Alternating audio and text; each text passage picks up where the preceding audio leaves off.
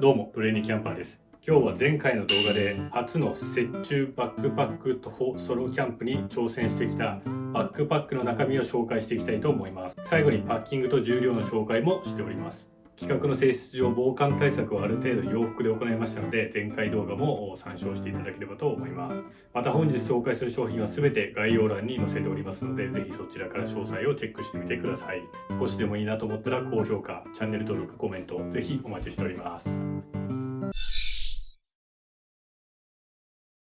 まずはバックパックの紹介でございます。バックパックはノースフェイスのウラノス45を使用しております。45なのか45なのかちょっとわからないんですけれども、スペックはこんな感じですね。はい、サイズが3つございまして、私は M サイズを使用しております。これは同じような悩みの方もいらっしゃるんじゃないかなと思うんですけれども、本当はですね、私も野営によく行くので、野営用の緑色のカーキ色のバックパックを使いたいなとは思ってるんですけれども、やはりあの色のバックパックはですね、野営以外には使いづらいなというところがありまして、私はこんな風にですね、登山に行ったりだとか、旅行にもよく行きますんで、そういった時にも併用できる、このウラノスを購入することにしました。で、一番の特徴はこの背面についているトランポリン構造でございます。軽量性を追求しながら耐久性を両立し、背面はウエストハーネスと一体化。体とのフィット性を高め、背面長を容易に調整できる機能を備えながら、優れた通気性を確保し、歩行時の荷重ぶれを軽減するんですね。はい。私の場合はちょっと特殊でですね、このバックパックを背負いながら、筋トレをしたりだとか、しょうがなくなんですけれども、走ったりすることがあります。そういった際にもバックパックが体にフィットしていて、ブレないということと、背中に大汗をかいたりしないということに、この説明を読んだ後に気づきました。徒歩キャンプとかバックパックキャンプに行く際はかなり長距離を移動することもあるので、キャンプ場に着く前に疲れないように体への負担が少ないものを選ぶと良いかなと個人的には思います。ただこの構造のせいでですね、この真ん中分かりますでしょうか、少しウエストのように細くなってるんですね。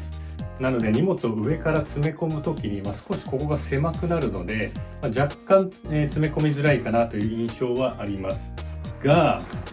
真ん中ら辺にチャックがついておりまして、こちらを開けるとこのように下部が開口しまして、下の方にある荷物もこのようにして出すことができるという構造になっております。こちら最後に荷物をパッキングするところで細かい作りをご紹介いたします。続いてはフューチャーフォックスさんのグランドシートでございます。私は小さいマットを持っていなくて、こういった大きいエアマットや大きめのコットですねしか持っていないので、底冷え対策をいかにするかということを考えた結果、結局結構重さはあるんですけれども、比較的コンパクトで、この厚さがあり、かつ撥水性のいいこちらと、後ほど紹介するサーマレスの Z ライトソルを持っていくことにしました。普段はこんな感じでですね、バンドックソロベースのグランドシートとして野営する時をメインに使っています。結果これはですね、大正解でした。一番下はやはり雪が溶けて結構な水が出てきたんですけれども、パラフィン加工、撥水加工ですね、かなり効いていて、これを敷いていたのでテントも一切濡れることなく終えることができました。この後紹介するヘリノックスのチェアを持っていったので、地べたに座ることはなかったんですけれども、これがあれば地べたに座っても濡れることはなかったかなというふうに思っております。私はこの武骨なカラーが好きなんですけれども、カラーバリエーションも実はいくつかありますので、概要欄からぜひ確認してみてください。はい、こちらサーマレスト Z ライトストルでございます。底冷え対策に必須のクローズドセルマットレスでございます。クローズドセルマットレスというのは、こういった形で折りたためる小さくなるタイプのマットでございます。こちらのアルミの面を上にして寝ると体温を反射するという保温効果がございまして、反対側にして寝ると夏は涼しくなるというですね、非常に優れた製品でございます。何よりですね、これ軽量なので、即選抜入りで持っていくこととしました。R 値は2なんですけれども、あるとないとではやっぱ全然違いますね。登山の時も使えますし、オートキャンプの時にはコットやマットと組み合わせて使用しております。バックパックの時はカバンの横に取り付けてこんな感じで持ち運んでいるんですけれども、バックパックの横につけるか下につけるかっていうのはいつも迷うんですけれども、皆さんどっち派でしょうか？横につけていいとこ悪いとこ、下につけていいとこ悪いとこあればコメントで教えてください。で実際にこれで底冷え対策が機能したかどうかというところは前回の動画や雲取山の登山動画を参照していただければと思います。はい、続いてはネイチャーハイクのサイクリングバックパックテントでございます。これは軽くてですね、非常に小さいということで、バックパックである程度歩く距離がある際にはいつもこちらを使用しております。小さくて軽いテントを探しまくったんですけれども、結局モンベルとかのすっごいいいやつで高いやつか、安いけどサイズが大きいか重かったりとか、登山向けの商品が多くて色が気に食わないということが多くて、悩みに悩んだ結果たどり着いたのがこちらでございます。耐水も3000ミリありますので、雪中キャンプで雨や雪が万が一降った際にもある程度耐えられるかなということでこちらをチョイスしました。結果少し雪が降ったんですけれども、結露もなく濡れることもなく快適に過ごすことができました。こんな感じで小指1本で持てるぐらい軽いですね。やっぱり他の大型テントと比べるとあんまり映えって感じはしないかもしれませんけれども、かなり設営も楽ですし、ミニマムキャンプやバックパックキャンプの時には重宝しております。続いてはスノーピークソリッドステーク30でございます。30なのか30なのかちょっとよくわからないんですけれども、雪中キャンプの時は地面が凍っている可能性が高いので、鋳造ペグと言われるこういった頑丈なペグが必要になるとキャンプ場の公式サイトにも書いてあったので、こちらを持っていきました。このペグは非常に重いので、必要な本数だけ4本だけをですね、このオレゴニアンキャンパーのペグケースに入れて、でバックパックの横にぶら下げて持っていきました。風が強い日や地面が硬いサイトではこのペグが非常に重宝しているんですけれども、重いことを考えると単製のペグでもいいのではないかなと個人的には思っております。ただ車で行くオートキャンプがメインで重さにこだわらない人はこれ6本入りのものが販売されておりますんで、これを1セット買っておけば間違いないかなとは思います。ただ後ほど総重量を紹介しますが、バックパックの重さを少しでも軽減したいという方にはやはりあまりお勧めできません。概要欄にそちらの詳細も貼っておきますので、ぜひ確認してみてください。続いてはナンガサンデーマウンテンリミテッドシュラフ SF600 でございます。600なのか600なのか分かりませんけれども、スペックを見ての通り加減温度が0度なんですけれども、着込めば寒くない説という企画を検証しに行ったこともあって、こちらのシュラフ持っていきました。とはいってもナンガのオーロラライトだとか、非常に高くていいものは持っていないので、これを選ばざるを得なかったということになります。雪中キャンプの場合は置いておいたとして、冬キャンプで気温が0度前後であれば他の対策を超えれば全然寝ることができるかなと個人的には思います。前回の動画では睡眠の計測アプリを用いてどれくらい寝れているのかも検証していますので、ぜひそちらも確認してみてください。ダウンシュラフは結露とか湿気に弱い一方で、こういった河川のシュラフはある程度そういったものにも強いので、服でダウン素材のものを着てシュラフは河川というのも一つの選択かもしれません。こちらはこの色と素材、触り心地が非常にいいのと、何よりですね、しまいやすいというところが一番好きなところですね。前は親のお下がりのコールマンの封筒型のシュラフを使っていたんですけれども、筋トレしてる私でさえも袋に押し込むのに20分ぐらいかかっていて、あのシュラフを見るとジンマシンが出るようになっていたんですけれども、これにしてからですね、盛らずに30秒くらいで収納できるようになったので、本当に心身ともに健康になりました。ということで、同じ症状で苦しんでいる方にもこちらぜひおすすめしたい商品でございます。こちらはヘリノックスのグラウンドチェアでございます。雪中キャンプで椅子がないとさすがにお尻がやばいかなということで持っていきました。ヘリノックスの椅子というのは、基本的には高価なものでして、買うか非常に迷っていたんですけれども、友人が持っていて使わせてもらった時にあまりにも軽くて、もう驚いてついつい買ってしまいました。色がテントとシュラフにもぴったりということで大変気に入っております。椅子は他にもスノーピークのローチェアやセカンドストリートで買った中古なのか新品なのかよくわからない680円の椅子を持っているんですけれども、この椅子が一番ロースタイルで地面に近くて焚き火や大地を感じやすいのがとてもいいところです。ちなみに680円の椅子はチェアのシートをポールが貫通して使えなくなりました。それまでも骨組みの下についているキャップが一つだけどっかに行ってしまったりして、やっぱり安いものはそれなりだなという印象があります。で一方のヘリノックスはまだそんなに使ってるわけではないんですけれども、骨組みを軽い割には丈夫で長く使えそうだなという印象を持っております。ただロースタイルのチェアは下が凍っていると足が滑って起きるのにちょっと苦労します。普通の地面であれば腰痛持ちとかでない限りは問題ないかと思います。続いては外のフィールドホッパーでございます。これテーブルなんですけれども、とても軽くて小さくなるので速攻スタメン入りしました。もう一回り大きいテーブルは存在するんですけれども、ちょっと持っていくのには重かったり大きかったりかさばったり、これくらい小さくて軽いテーブルは他にはなかなかないので貴重だと思います。で、付属のケースもついていて、最初はこんな感じでしまうことができて、袋から取り出してこれで完成でございます。しまうときはこれで終わりですね。非常にこの男心をくすぐられるトランスフォームするのも気に入っております。こうですね。こうですね。素晴らしい製品ですよね。動きが快適すぎてもう何回もやってしまうんですよね。これ完成ですけども、何回もやっちゃいますね。こうですね。はい。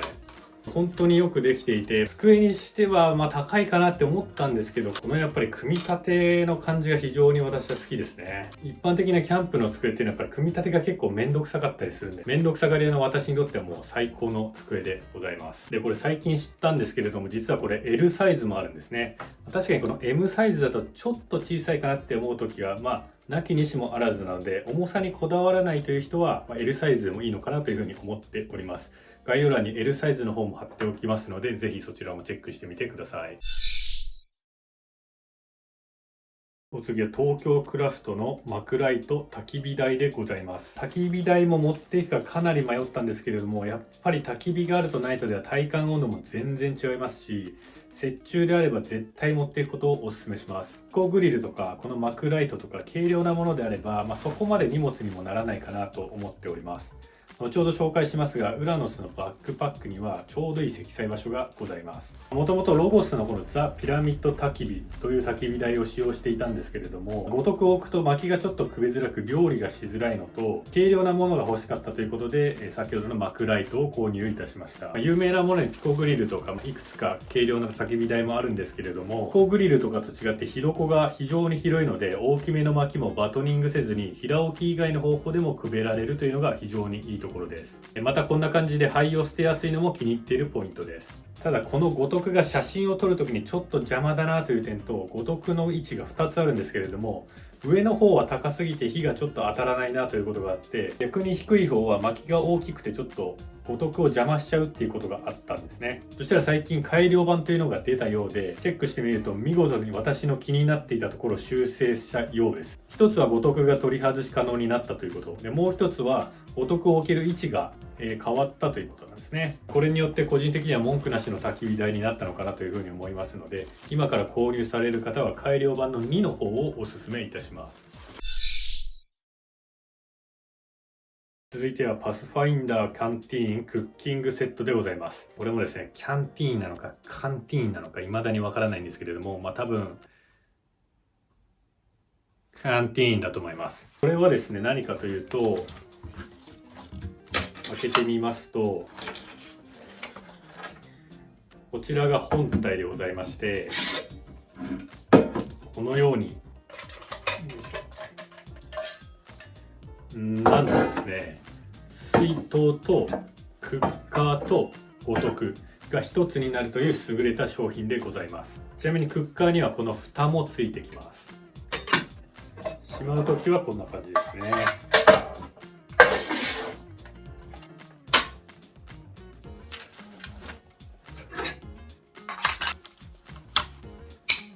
ちょっと重めなんですけれども、このケースと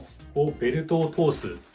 場所がありますので、バックパックの外につけられてバックパックの容量を削らないで済むということで、こちらをチョイスしました。これはもう本当に見た目がすごい気に入っていて、どんな時にでも持っていきたくなるお気に入りのギアです。ちなみにこの商品新品だとこれくらい綺麗です。焚き火に突っ込んで使うことができますんで、すすがついた武骨な感じを演出することも可能です。このギアは私の愛が深すぎてもう長くなることが確定しているので、詳細は今後公開する予定の八重おすすめギアというところで紹介したいと思います。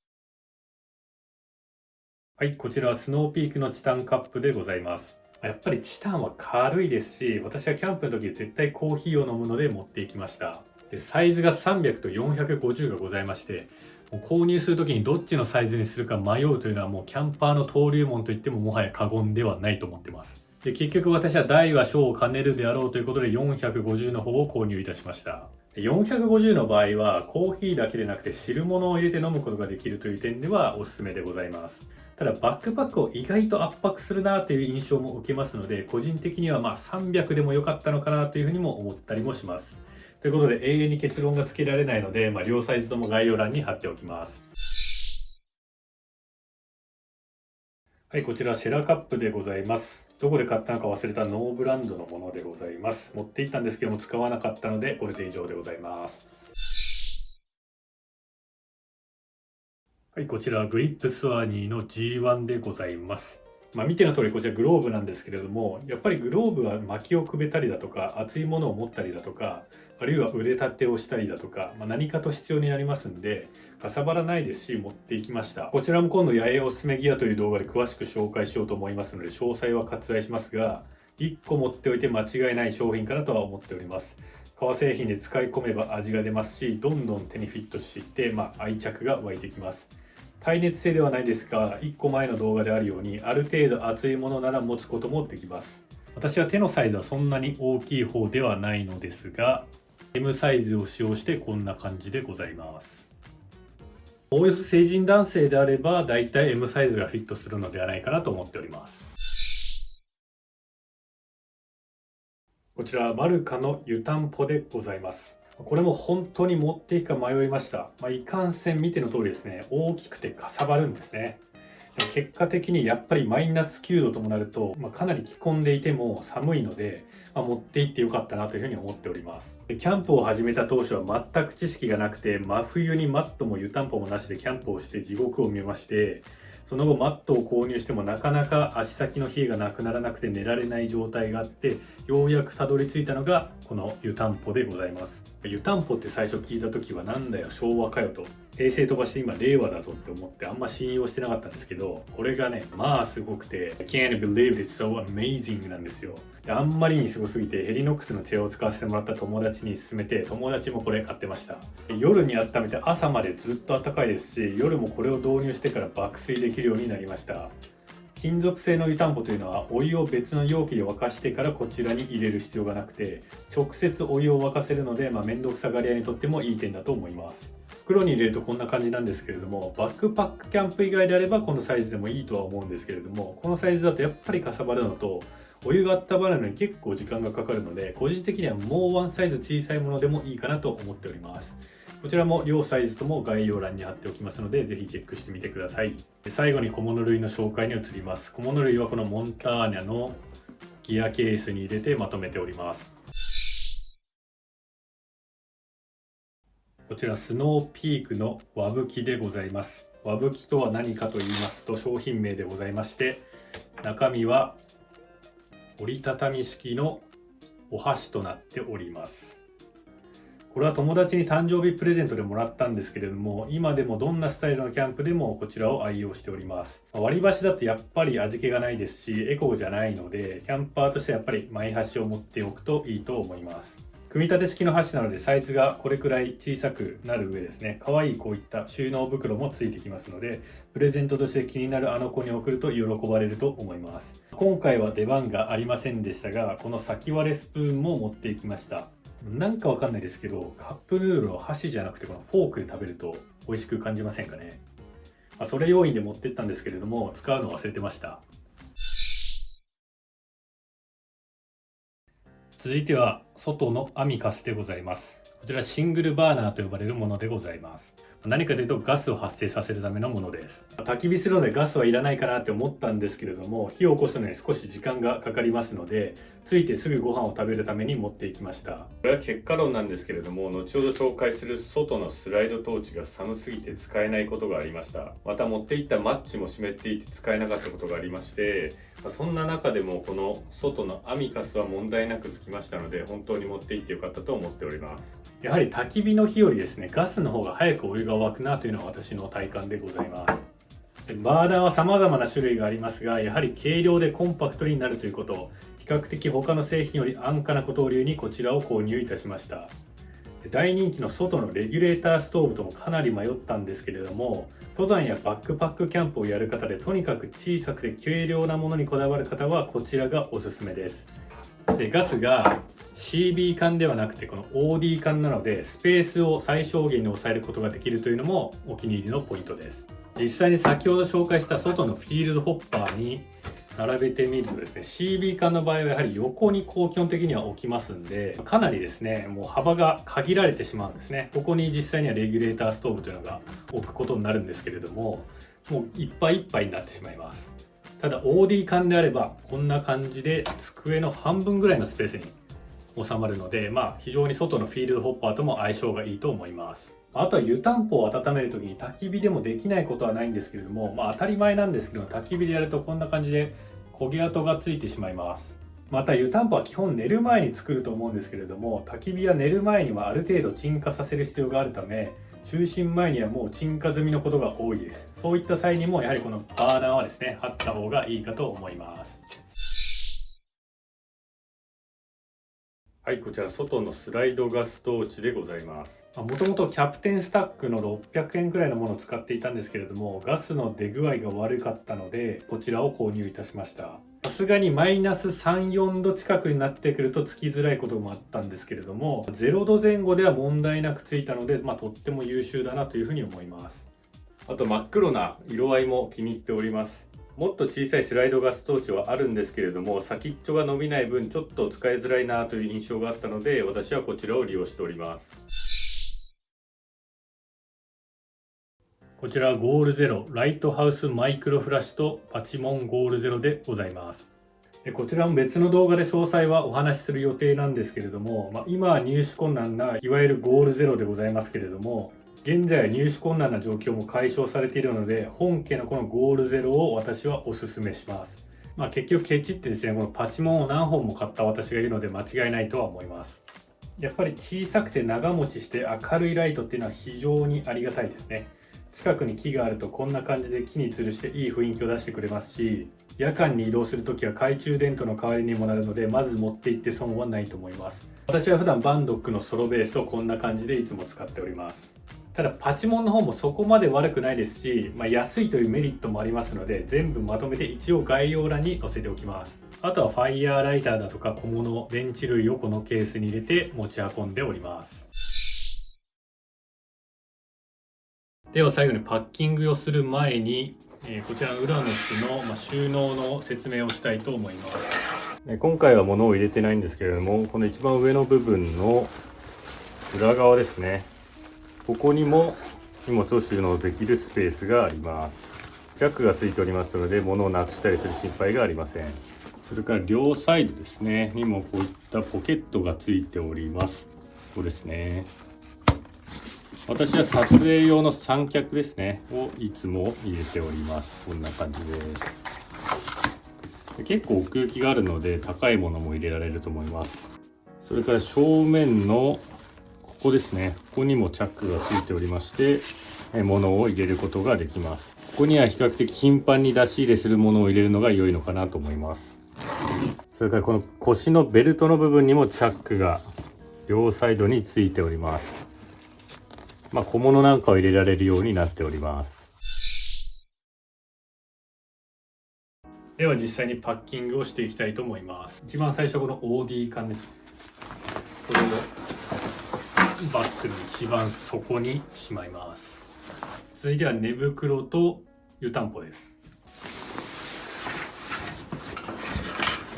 寝袋と湯たんぽは中で隣り合うように入れてます。一方は金属なのでもう形状が変えられないんですけれども、隣が寝袋なので、ある程度押し込むことができるので、この2つを並べております。でこうやって押し込むと一番底が破けないかなって心配になるんですけれども、一番底の部分には210デニールストライプと B ナイロンというものが使用されておりまして、結局のところ何が言いたいかというと、結構頑丈な作りになっているので心配はいらないです。続いてはネイチャーハイクのサイクリングバックパックテントとヘリノックスのチェアを入れます。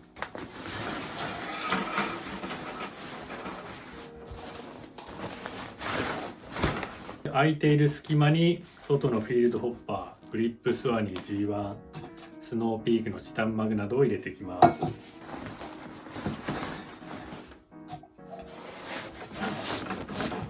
続いてフューチャーフォックスのグランドシートです。あとは一番上にモンターニャのギアケースを入れます。そしてマクライトの焚き火台はちょうど薄い、10センチくらいまでのものであれば物が入れられるポケットがついておりますので、ここに入れていきます。これがジャストフィットするんですよね。ここに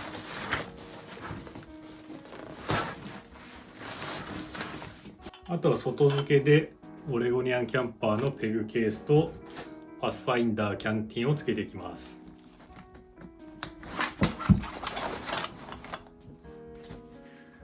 で、反対側にはサーマレストをつけていきます。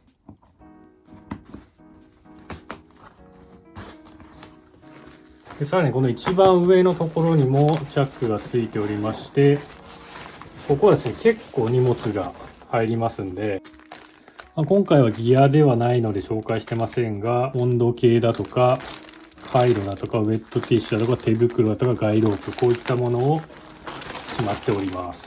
結構容量が大きくてかなりのものを入れられます。はい、ということでこんな感じでパッキングが終了しました。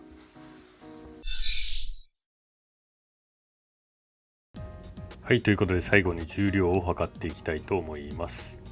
バックパックの重量は 12.1 キロとなりました。はい、これに加えて企画上洋服を大量に持っていきました。どうでもいいですが、洋服の手提げはハリーポッターのやつですね。さよう、我が輩が半純血のプリンスだ。こちら重量が 5.43 キロでございました。はい、ということで以上がマイナス9度に挑んだバックパック徒歩ソロ雪中キャンプの装備紹介でございました。皆さんいかがでしたでしょうか。今反応がなくて心が折れかけておりますので、チャンネル登録、高評価、コメントぜひお待ちしております。また今回紹介した商品は全て概要欄の方にも載せておりますので、ぜひそちらもご参照いただければと思います。ご視聴ありがとうございました。また次のキャンプ動画でお会いしましょう。